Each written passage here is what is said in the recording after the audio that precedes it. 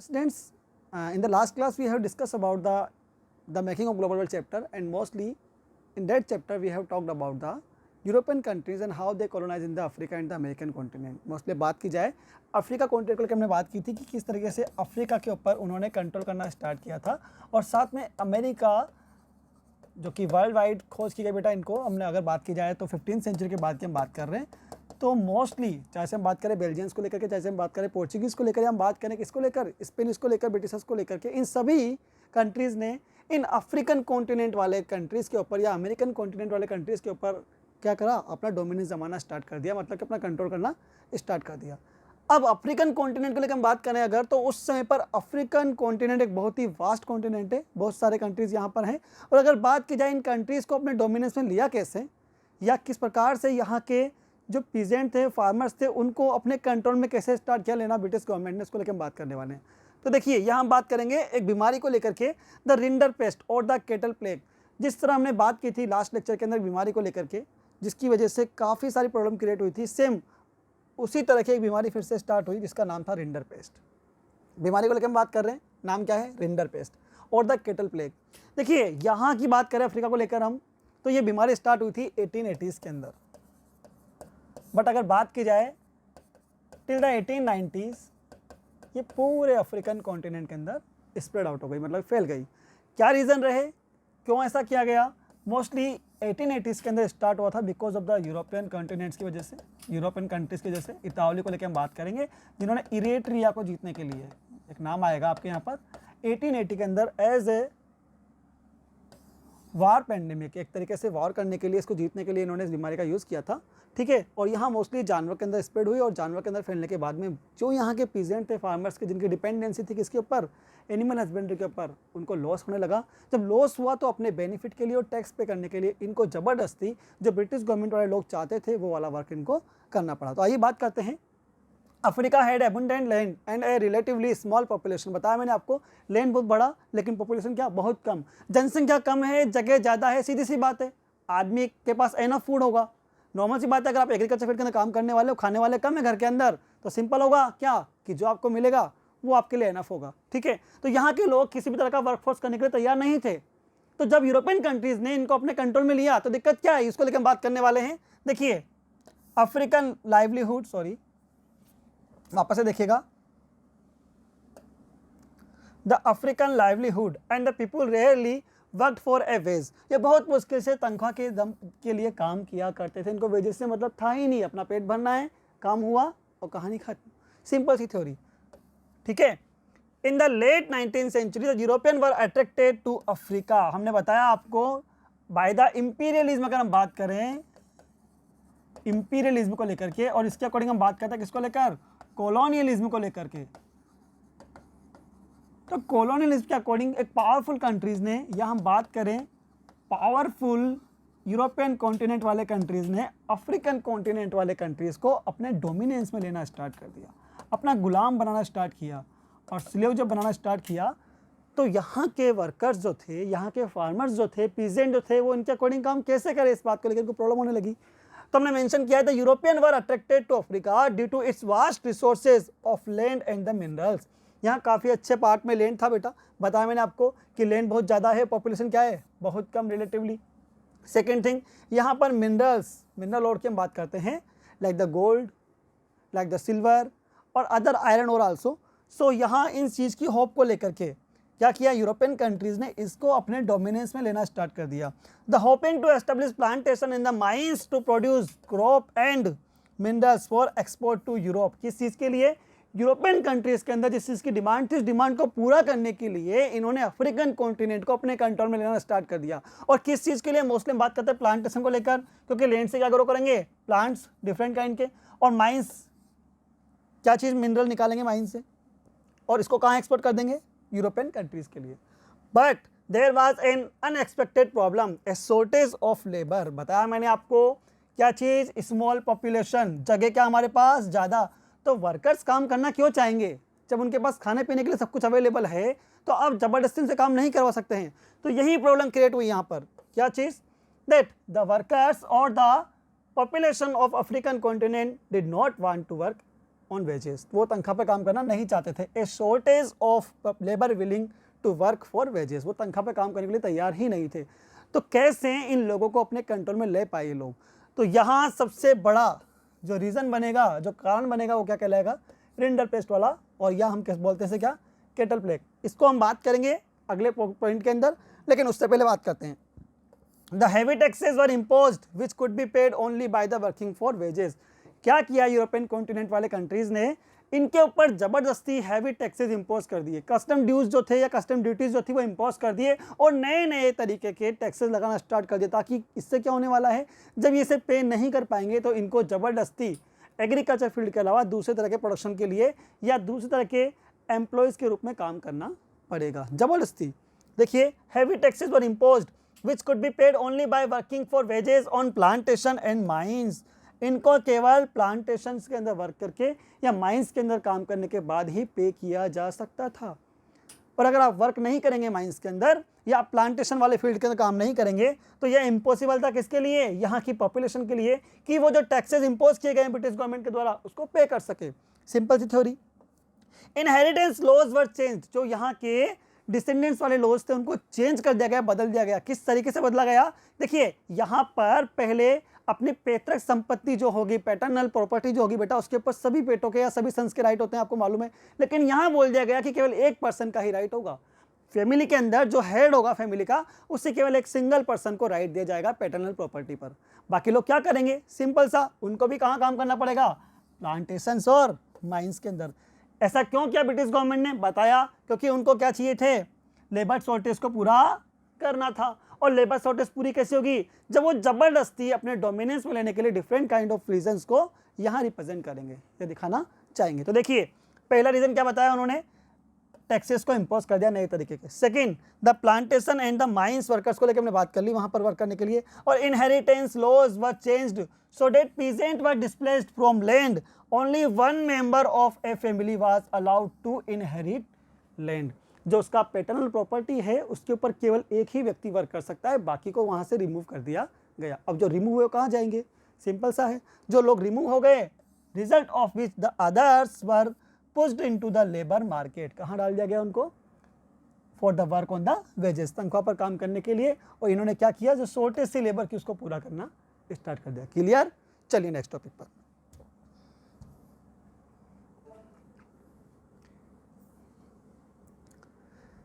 देखिए, अगर हम बात करते हैं नेक्स्ट टॉपिक को लेकर के, तो हम बात करेंगे रिंडरपेस्ट को लेकर के। What was rinderpest? यह क्वेश्चन आ सकता है, right note on rinderpest the kettle plague. इसके ऊपर आपको नोट लिखना है। तो यहां से हम स्टार्टिंग करते हैं। जैसे मैंने आपको बताया था that the rinderpest was arrived in 1880s। कब आया था? 1880s। लाया किसके द्वारा? यूरोपियन कंट्रीज के द्वारा। कहां पर बात कर रहे हैं अपन? अफ्रीकन कॉन्टिनेंट को लेकर के। The rinderpest arrived in Africa in the late 1880 century, और sorry 1880s। It was carried by the infected cattle imported from British Asia to feed the Italian soldiers invading Eritrea in East Africa। East Africa के अंदर जब Eritrea के वाले part पर अधिकार करने के लिए, इसको जीतने के लिए यहाँ के इतावली सैनिकों ने क्या किया? लड़ाई करना, इन्वेडिंग करना स्टार्ट किया या आक्रमण किया। तो कहाँ से लेके आए इसको? ब्रिटिश एशिया से। क्या करना था? सीधी सी बात थी, इरेट्रिया वाले पार्ट को जीतना था। लेकिन इसका रिजल्ट क्या निकला? एंटर किया कहाँ से? African in the east. But east वाले पार्ट के अंदर तो आया था, लेकिन बहुत जल्दी आने वाले 10 साल के अंदर 1890s तक की हम बात करते हैं अगर, ये पूरे के पूरे अफ्रीकन कॉन्टिनेंट के अंदर स्प्रेड हो गया, फैल गया। और बीमारी इतनी बहुत ही भयंकर, 90% एनिमल्स मारे गए। कहाँ के? अफ्रीका के। अब एनिमल ही नहीं बचे तो क्या बचा उनके पास? ओनली एक ही तरह का सिंगल जॉब, एग्रीकल्चर प्रोडक्शन वाला। मतलब न चाहते हुए भी उनको खेतों पर काम करना पड़ेगा। और चाहता कौन था ऐसा? European government. तभी तो अपने डोमिनेशन ले पाएंगे उनको। तो देखिए, बात करते हैं आगे। Entering Africa in the east, the rinderpest move west like the forest fire. जंगल में जिस तरह आग फैलती है उस तरह पूरे अफ्रीका के अंदर क्या फैल गया? रिंडरपेस्ट। कब तक? 1892 तक आते आते, मतलब कि आने वाले 10 या 12 सालों के अंदर ये पूरे अफ्रीका के अंदर फैलता चला गया। It reach the Cape 5 years later. Cape आपको मालूम होगा कि जब अगर हम बात करते हैं किसको लेकर के, क्रिस्टोफर कोलंबस को लेकर के और हम बात करते हैं वास्को डिगामा को लेकर के, तो इन्होंने अफ्रीका का नाम दिया था बेटा क्या, केप ऑफ गुड होप के नाम से। जब अफ्रीका की खोज के लिए निकला था, इंडिया की खोज बाद में हुई थी, तो केप ऑफ गुड होप का नाम दिया गया है इसको, अफ्रीका को। तो यहाँ इसीलिए नाम आया है केप का। Along the way rinderpest kill the 90% of the kettle, बताया मैंने आपको 90% केटल क्या हो गए, मारे गए।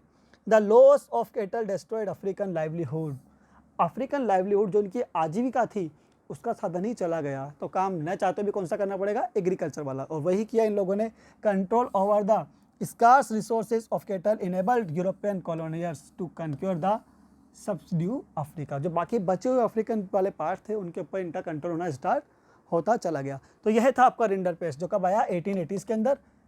स्टार्टिंग कहाँ से हुई, इरेट्रिया वाला को जीतने के लिए ईस्ट अफ्रीका से, और कहाँ स्प्रेड आउट हो गया, पूरे आपके वेस्टर्न पार्ट तक। बात क्लियर, चलिए आगे।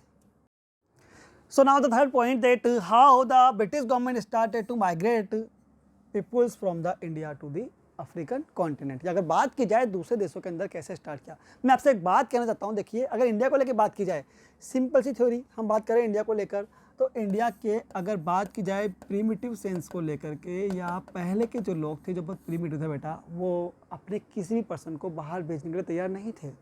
रीज़न क्या था, न तो कॉलिंग का सिस्टम, न वीडियो वाला सिस्टम। अभी भी आप लोग घर पे जाते हैं तो आप एक चीज़ देखिएगा, आपके पेरेंट्स आपको डेली वीडियो कॉल या ऑडियो कॉल ज़रूर करते हैं। क्यों, आपकी देखभाल के लिए, आपके टेक केयर के लिए, कि आप सही भी हो या नहीं हो, सलामत भी हो या नहीं हो।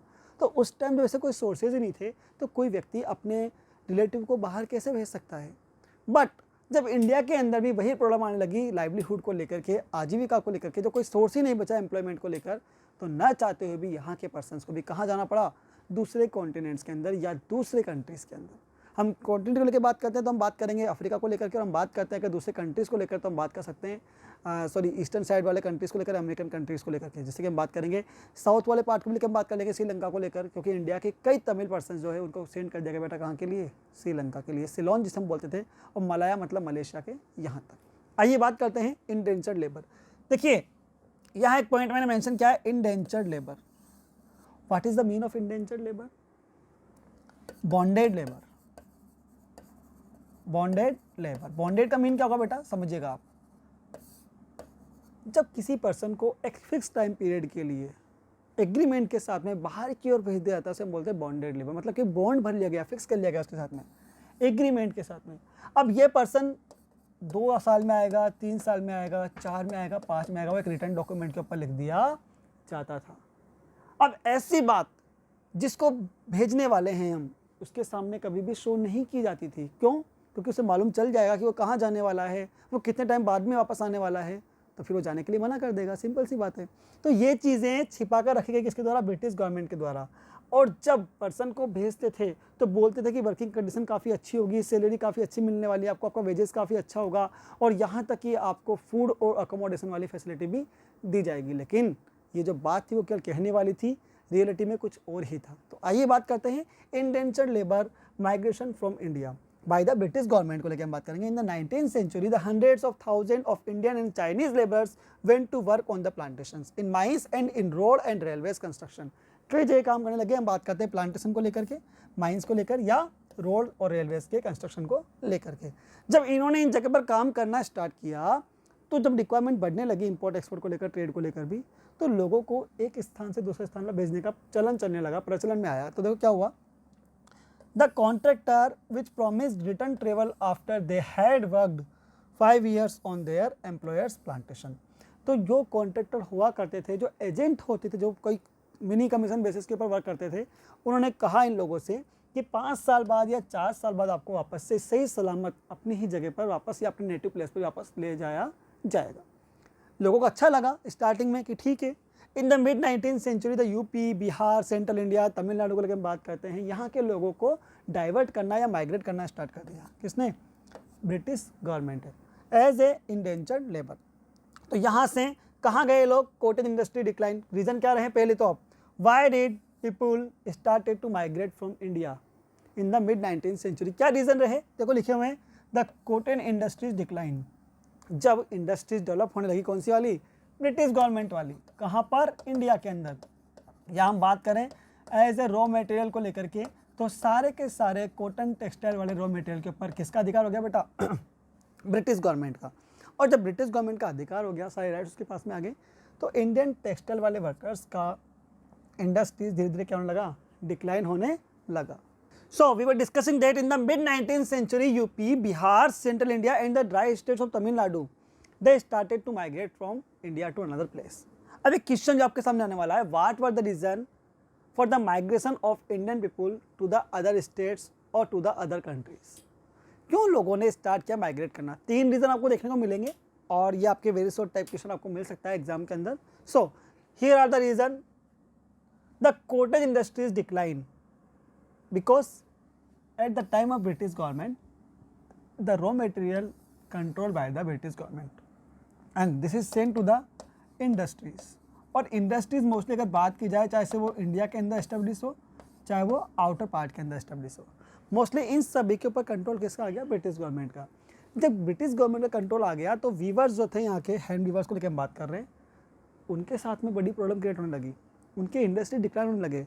और जब इंडस्ट्री डिक्लाइन हो गए तो वही मैंने आपसे बात की, लाइवलीहुड के लिए कोई सिस्टम ही नहीं बचा, कोई सोर्स ही नहीं रहा. Second thing, the land rents rose, जो लैंड के रेंट्स थे उनको रोज कर दिया गया. सेम सिस्टम जो अफ्रीका में फॉलो किया था ब्रिटिश गवर्नमेंट ने, यहाँ भी फॉलो किया. कस्टम ड्यूटीज़, टैक्सेस, इन सबको बढ़ा दिया. Third, the land were cleared for mines and plantation. British government ने क्या किया, लैंड रिवेन्यू को गेन करने के लिए बहुत सारे बड़े पार्ट्स के ऊपर जो फॉरेस्ट थे उनको कल्टीवेट करके उनको कट कर दिया गया. कट करने के बाद में उनको एज ए कल्टीवेशन फील्ड के लिए या प्लांटेशंस के लिए यूज़ करना स्टार्ट किया. माइन मिनरल्स के लिए भी इन्होंने बड़े बड़े फॉरेस्ट को कट करके उनको इन चीज़ों के लिए यूज़ करना स्टार्ट कर दिया. All this affected the lives of the poor. इन सब की वजह से पुअर्स की लाइफ के ऊपर बहुत बड़ा इम्पैक्ट पड़ा और न चाहते हुए भी उनको अपने कंट्री को लेफ्ट करना पड़ा. मतलब कि एज ए माइग्रेशन उन्हें या एज ए माइग्रेटेड पीपल उन्हें दूसरे कंट्रीज या दूसरे स्टेट के यहाँ पर सेंड कर दिया गया. अब कहाँ कहाँ लोग गए, आइए बात कर लेते हैं.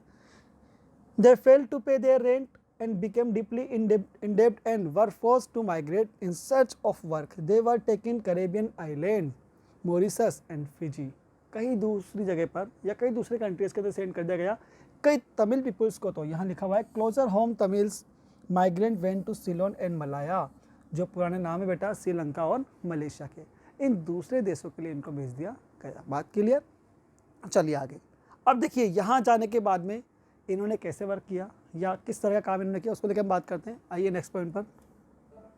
Next, the recruitment was done by the agent. अब मैंने आपको बताया कि जब माइग्रेशन करना है, आप लोगों को बाहर भेजना है दूसरे लोगों के यहाँ पर या दूसरे कंट्रीज़ के अंदर लोगों को इंडिया से, तो इसके लिए रिक्रूटमेंट करेगा कौन, भर्ती कौन करेगा इनकी. तो मैंने आपको बताया था कि एक कमीशन बेसिस के आधार पर एजेंट क्या करेंगे, लोगों को रिक्रूट करना स्टार्ट करेंगे. जैसे आपको कोई भी चीज़ लेनी होती है, कोई प्रॉपर्टी आपको लेनी है, कोई कार आपको लेनी है, तो आप कहाँ जाते हैं, एजेंट के पास. कोई पुरानी चीज़ आपको लेनी है तो सेम थिंग, अगर आपको किसी स्कूल्स के अंदर कॉलेज के अंदर एडमिशन लेना होता है तो आप अप्रोच लगाते हो अपनी कि मुझे यहाँ एडमिशन मिल जाए तो अच्छी बात है. या फिर आप किसी व्यक्ति से बात करते हो पर्सनल लेवल पर जो आपको जानता हो, कोई आपका रिलेटिव हो, तो वो एज ए एजेंट बीच में कमीशन खाता है बेटा और आपसे क्या करता है, पैसे लेकर के वो आपको आपका काम करवा देता है इजी वे के अंदर. तो यहाँ पर भी जो पुअर पर्सनस थे उनको बाहर भेजने के लिए किसने काम करना स्टार्ट किया, एजेंट ने. किस चीज़ के लिए, फॉर द रिक्रूटमेंट. और किस तरह की, वही इंडेंचर्ड लेबर वाले रिक्रूटमेंट के लिए. Agent engage by employers and paid a small commission. और ये किसके बेस पे काम करते थे, एक स्मॉल कमीशन के बेसिस पे. कमीशन किसको मिलेगा, एजेंट को. Agent tempted to the prospective migrant by providing false information about final destinations. कभी भी सही डेस्टिनेशन के बारे में नहीं बताया करते थे कौन, एजेंट लोग, क्योंकि मालूम था अगर सच्चाई बता दी तो वर्कर्स जाने को तैयार ही नहीं होगा. पेमेंट कितना मिलने वाला है, वर्क कहाँ करना है, कितने टाइम के लिए सेंड करना है, भेजा जा रहा है उसको, ये चीज़ें बताई ही नहीं जाती थी. किसको, वर्कर को या पीसेंट्स को या फार्मर्स को जो जाने वाले हैं. तो लिखा हुआ है प्रोवाइडिंग फॉल्स इन्फॉर्मेशन, हमेशा गलत बात बोल करके, झूठ बोल करके उनको दूसरी जगह पर भेज दिया जाता था. क्या बोलेंगे, उनके साथ में कुछ लीपापोती करना, फालतू का, मतलब कि उनको बढ़ा चढ़ाकर बात को बोलना. किस तरीके से, आइए बात कर लेते हैं. The nature of the work and living and the working conditions, इनके बारे में कभी सच नहीं बताते थे. मोड्स ऑफ ट्रेवल्स, कैसे जाएंगे वो लोग और कहाँ वो जाएंगे, कभी भी सच्चाई नहीं बताई. झूठ बोल करके या फॉल्स इन्फॉर्मेशन दे करके उनको अपनी तरफ ये अट्रैक्ट कर लिया करते थे या अपने इम्पैक्ट में ले लिया करते थे. उसके बाद देखिए आप, some time agent even forcibly abducted less willing migrant। कुछ बार लोग क्या करते थे, जिनकी इच्छा कम होती थी उनको ज़बरदस्ती परेशान करके भी, अपने बातों में फंसा करके भी बाहर भेज दिया करते थे। In nature is been often described as a new system of slavery, और इसी इंडेंचर्ड लेबर को हमने क्या नाम दिया, न्यू स्लेवरी सिस्टम का। आपने पढ़ा भी होगा, बॉर्डॉक्स और नैनटेक्स वाले पार्ट की हम बात करते हैं, सी पॉट को लेकर हम बात कर लेते हैं, जो हमने बात की थी फ्रेंच कंट्रीज़ के अंदर, फ्रेंच रिवॉल्यूशन वाले पार्ट के अंदर, जो कि 1794 के अंदर स्लेवरी सिस्टम को एंडेड किया गया। तो यही वही तरह का स्लेवरी सिस्टम था वापस से। On arrival at the plantations labourers found living and working condition very harsh. जब ये काम करने के लिए अपनी डेस्टिनेशन पर पहुंच जाया करते थे तो वहाँ इनको मालूम चलता था कि कंडीशन बहुत ज़्यादा क्या है, ख़राब है। मतलब कि वेजेस भी पुअर मिलने वाले हैं, तनख्वाह बहुत कम मिल रही है, काम बहुत ज़्यादा करवा रहे हैं, टाइम आवर्स फिक्स नहीं है। देख भी लिया होगा आप लोगों ने चीज़, हमने एक चैप्टर पढ़ा था द नेशनलिज्म इन इंडिया, वहाँ बात की थी इसी तरह के इंडेंचर्ड लेबर की। ठीक है, आइए बात करते हैं आगे।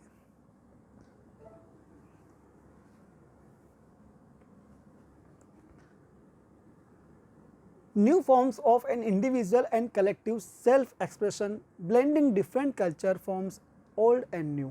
अब देखिए, जो लोग अपने कंट्री को छोड़ करके लंबे समय के लिए दूसरे कंट्री में चले गए हैं वो क्या करेंगे, या तो एक साथ अपने आप को ऑर्गेनाइज करेंगे, मिलकर रहना स्टार्ट करेंगे। आप अगर पढ़ने के लिए बाहर से, यूपी बिहार से कोटा भी आते हो, आप क्या देखते हो कि आपका फ्रेंड कहाँ रहता है, वहीं आप रूम लेंगे। Simple C theory. वो कौन से हॉस्टल में है, वहीं पे आप रूम लेंगे। वो खाना कौन से मेस में खाता है, ये चीज़ आप देखते हैं ना। वो कब सिटी मॉल जा रहा है घूमने के लिए, वो कब अपनी बाइक पे राइडिंग कर रहा है, वो कहाँ उसको शॉपिंग करने जाना है, आपकी फ्रेंड है या कोई आपका दोस्त है तो उसके साथ आप वहीं जाएंगे जहाँ वो जाने वाला है। मोस्टली हम प्रायोरिटी देते हैं अपने रिलेटिव को, साथ वाले को, या अपने एरिया वाले पर्सन को, कि आपके आसपास वाले एरिया से कोई आपका दोस्त नहीं था पहले, लेकिन उसको आपको मालूम चला कि आपके ही नज़दीक का रहने वाला है तो आप उससे दोस्ती कर लेंगे। ऐसा ही होता है। यहाँ पर भी यही हुआ। जब इंडिया के लोग दूसरे कंट्री के अंदर पहुँचा दिए गए तो वहाँ इन्होंने क्या किया, वहाँ इन्होंने अपने ही तरह के व्यक्तियों को ढूंढना स्टार्ट किया, अपने आप को ऑर्गेनाइज करना स्टार्ट किया, रिलेशन बनाना स्टार्ट किए। जब इन्हें कोई नहीं मिला, बहुत रेयर चांस के अंदर ऐसा हो पाता था कि अपने ही आसपास वाले एरिया के व्यक्ति से मिल पाते होंगे, तो इन्होंने क्या किया, वहाँ पर रहने वाले लोगों के साथ में घुलना मिलना स्टार्ट कर दिया। जो उनका रिलीजन था उसको फॉलो करना स्टार्ट कर दिया, जो उनके फेस्टिवल्स थे उनको मनाना स्टार्ट कर दिया। मतलब कि अगर बात करें मुहर्रम को लेकर, तो मुहर्रम को इन्होंने मनाया एज ए हौसे। यहाँ के म्यूज़िक वहाँ चलते नहीं थे क्योंकि अपनी लैंग्वेज अलग है, तो वहाँ पर चटनी म्यूज़िक, बॉब मारले वाले आपने जब देखा तो ये दिखा हुआ है आपको सामने, इस तरह के म्यूज़िक को इन्होंने क्या किया, गाना स्टार्ट कर दिया। तो आइए बात करते हैं इनकी लाइफ कैसी थी वहाँ पर इंडेंजर्ड लेबर्स की या माइग्रेंट पीपल्स की। In Trinidad the annual Muharram processions was transformed into a riotous carnival called Hosay. So students, when we talk about that how they started to organise themselves, उन्होंने कैसे अपने आप को ऑर्गेनाइज करना start किया, तो मैंने आपको बताया था कि वहाँ लोग जाकर के परेशान होने लगे। तो क्या करेंगे, जो कल्चर था बेटा वहाँ का, उसी के अंदर वो अपने आप को इन्वॉल्व करने लगे। तो यहाँ लिखा हुआ है, in the Trinidad the annual Muharram procession was transformed into a riotous carnival called Hosay. इन्होंने मुहर्रम को एक त्यौहार के रूप में मनाना स्टार्ट किया। इसका नाम था बेटा क्या, हौसे। ठीक है, Muharram procession was transformed into a riotous carnival called Hosay. जो अपने यहाँ मुहर्रम बनता है बेटा, वहाँ किस नाम से मनाया जाने लगा, हौसे के नाम से। In which workers of all races and religions join. मैंने बताया आपको, ऐसा नहीं है कि मुहर्रम ओनली मुस्लिम कम्युनिटी वाले लोग ही मनाएंगे। यहाँ लोगों के पास जो मुस्लिम कम्युनिटी वाले लोग हैं साथ में गए हैं उनके इंडिया से, तो उन्होंने क्या किया, इन्हीं के साथ में अपने आप को इन्वॉल्व करना स्टार्ट कर दिया। मतलब ऐसा बिल्कुल नहीं था आप कि हौसे के अंदर ओनली कौन सा रहेंगे, मुस्लिम कम्युनिटी वाले लोग ही रहेंगे as a Muharram. The protest religion of Rastafarianism made popular by the Jamaican reggae star Bob Marley. देखिए एक नाम आया है, प्रोटेस्ट रिलीजन ऑफ रास्ताफेरिनिज्म, जो किसने बनाया था बेटा, बॉब मार्ले ने। इसको भी लोग मानने लगे, इसके अकॉर्डिंग चलने लगे। ठीक है, और सोशली और कल्चरली बेटा इनसे लिंक करना स्टार्ट कर दिया। किसको, इंडियन माइग्रेंट ने अपने आप को जोड़ना स्टार्ट कर दिया कि किस प्रकार से लोग, कैरेबियंस वाले लोग जो हैं अपने आप सेलिब्रेट करते हैं, चीज़ों को मनाते हैं। उसी तरीके से इंडिया के लोगों ने भी इसको सेलिब्रेट करना स्टार्ट कर दिया। The chutney music that was popular in the Trinidad and Guyana is another creative contemporary expression of the post indentured experience. देखिए जो बाहर से लोग आए थे बाद में, उन्होंने जो फेमस म्यूजिक था कहाँ का, त्रिनिदाद और गुयाना का, उसको भी सुनना या उसके अकॉर्डिंग डांस करना भी स्टार्ट कर दिया। उसका नाम क्या था बेटा, चटनी म्यूजिक। बात क्लियर। सिंपली अगर मैं कहना चाहूँ तो हम कह सकते हैं कि लोगों ने जो माइग्रेंट होकर आए थे इंडिया से कहाँ, दूसरे कंट्रीज़ के लिए, उन्होंने अपने आप को वहाँ के कल्चर, वहाँ के ट्रेडिशन के अकॉर्डिंग इन्वॉल्व करना स्टार्ट कर दिया। Next,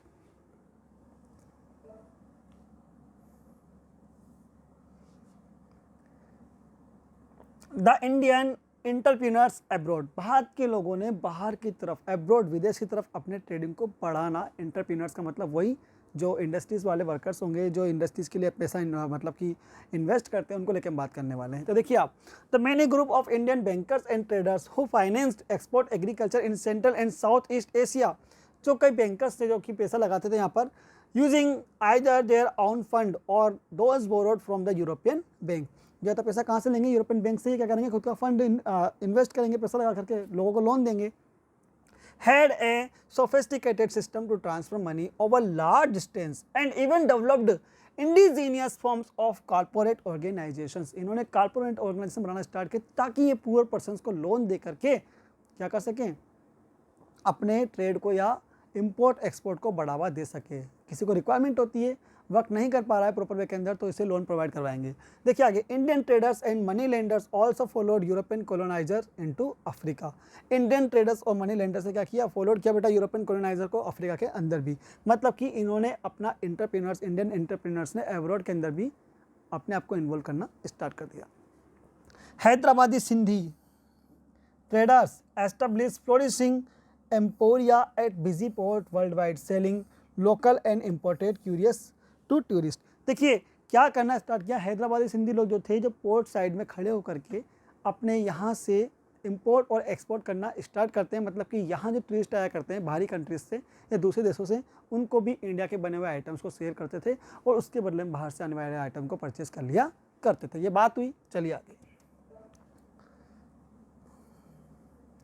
the Indian trade, colonialism and the global system. भारतीय व्यापार, उपनिवेशवाद एंड वैश्विक सिस्टम, या वैश्विक हम बात करें पूरे वर्ल्ड को लेकर के, ग्लोबल सिस्टम को लेकर। अब देखिए, जब हम इंडिया को लेकर बात करते हैं बिफोर द 18th सेंचुरी और हम बात करें 18th सेंचुरी 19th सेंचुरी तक की, तो आपको एक चीज़ दिखाई देगी कि इंडिया की चीज़ें कौन कौन सी फेमस थी। देखिए एक minute, yes, cotton, spices, T और बाकी हैंडमेड गुड्स और आइटम्स, ये पूरे यूरोपियन कंट्रीज़ के अंदर फेमस थे। मतलब कि इनकी डिमांड यूरोपियन कंट्रीज़ के अंदर बहुत ज़्यादा थी। डिमांड इंक्रीज़ होने लगी 19th सेंचुरी के आते आते। जब डिमांड बढ़ने लगी तो यूरोपियन ट्रेडर्स को एक प्रॉब्लम क्रिएट हो गई, क्या कि वो अपने गुड्स और आइटम को सेल कैसे कर पाएंगे। जब इंडिया के बने हुए आइटम्स की सेल ज़्यादा है, रिक्वायरमेंट ज़्यादा है, तो वो अपने आइटम को सेल कैसे कर पाएंगे। That is a very big problem. ठीक है, तो उन्होंने क्या सॉल्यूशन निकाला, इंपोर्ट करने वाले आइटम्स को बैन कर दिया पूरे यूरोपियन कंट्रीज़ के अंदर, ताकि वो खुद अपने बने हुए मैन्युफैक्चर गुड्स और आइटम्स को सेल कर सके अपने यूरोप के अंदर। या फिर इन्होंने क्या किया, जो इंडिया से आइटम्स आएंगे, गुड्स आएंगे बेटा, उसके ऊपर क्या कस्टम ड्यूटीज़ को बढ़ा दिया। कस्टम ड्यूज जो थे उसको बढ़ाते चले गए और साथ में जो पीजेंट थे, वीवर्स थे, उनके ऊपर टैक्सेस को बढ़ाना स्टार्ट कर दिया। अब जब एक्सपोर्ट करने वाली आइटम्स इनके कंपेयर में सस्ती मिलेगी, चीप होगी, तो सीधी सी बात उसकी बिक्री ज़्यादा होगी। सारे के सारे पर्सन पॉसिबल नहीं होते हैं कि मतलब महंगी वस्तु खरीद सके, तो उन्हें क्या चाहिए होगा, सस्ता माल चाहिए होगा।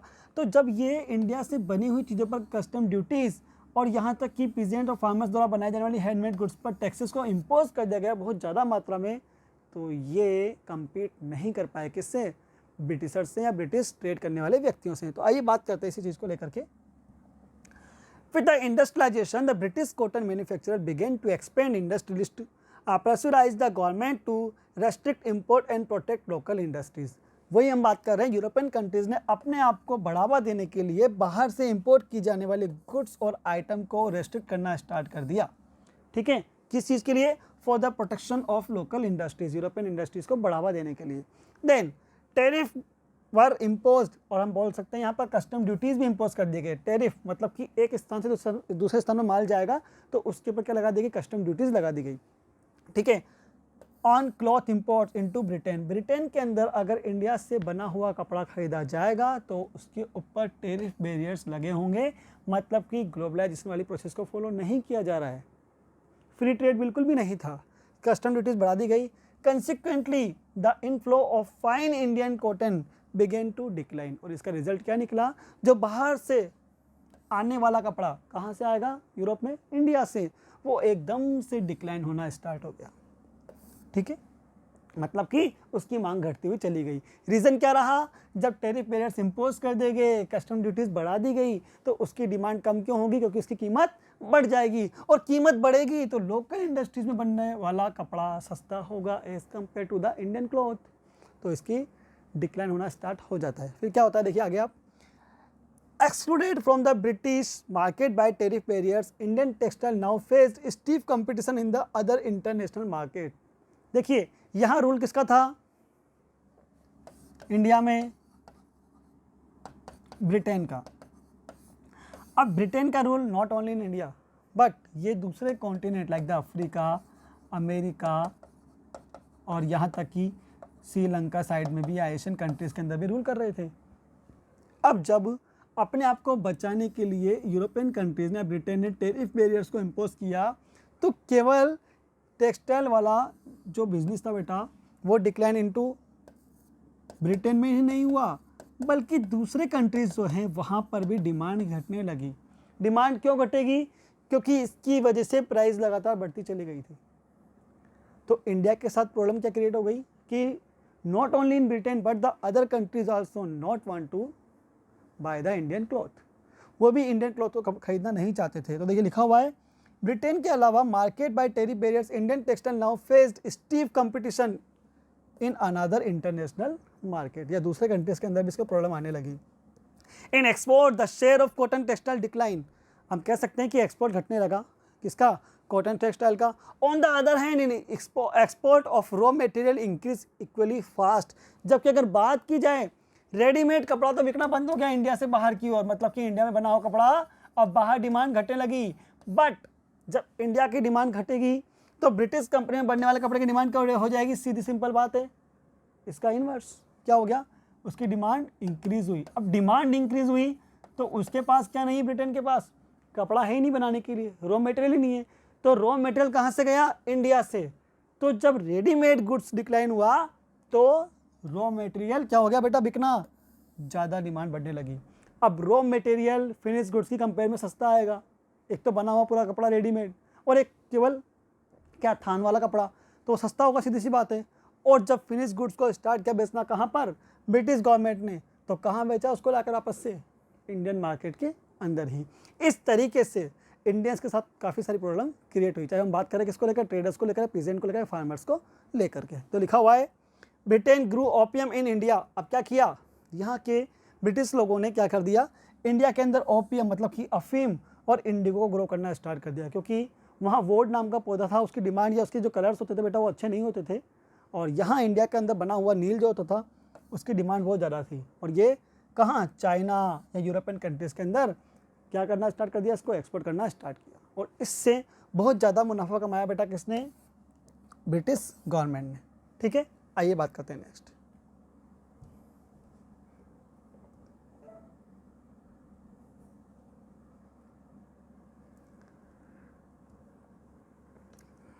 इसके बाद अगर हम बात करें food grains and raw material export from India to Britain and rest of the world. अब फूड ग्रेन की हम बात कर रहे हैं या हम बात करें रॉ मटेरियल को लेकर के, तो इंडिया से दूसरे कंट्रीज़ के अंदर इसको सेल करना स्टार्ट कर दिया, और इसके बदले में क्या होता है, देखिए फ़ायदा कैसे हो ब्रिटिश गवर्नमेंट को, इंडिया की चीज़ें या फिनिश गुड्स कहाँ सेल नहीं हो रही है, बाहर की ओर, और डिमांड किसकी आइटम की बढ़ने लगी है, ब्रिटिश गवर्नमेंट वाले की। क्यों, क्योंकि रॉ मटेरियल कहाँ से आ रहा है, इंडिया से, बना कौन रहा है उसको, ब्रिटेन, तो फ़ायदा किसको होगा, ब्रिटिश गवर्नमेंट को। लेकिन इंडियन इंडस्ट्रीज़ डिक्लाइन होने लगे, और साथ में ब्रिटिश गवर्नमेंट वाले इंडस्ट्रीज़ लगातार सरप्लस, या कहना चाहें बेटा तो अपने प्रोडक्शन को बढ़ावा देते चले गए। तो यहाँ लिखा हुआ भी है, British export to India was much higher than the value of British imports from India, thus Britain had a trade surplus with India, Britain used the surplus to balance its trade deficit with the other countries. जो घाटा लग रहा था Britain को दूसरे countries के अंदर, इसका फ़ायदा कहाँ से उठाया उसने? इंडिया से। आगे हम बात करेंगे वर्ल्ड वॉर फर्स्ट को लेकर के, या condition after the 1914, and that will be discuss in the next lecture. Thank you, take care.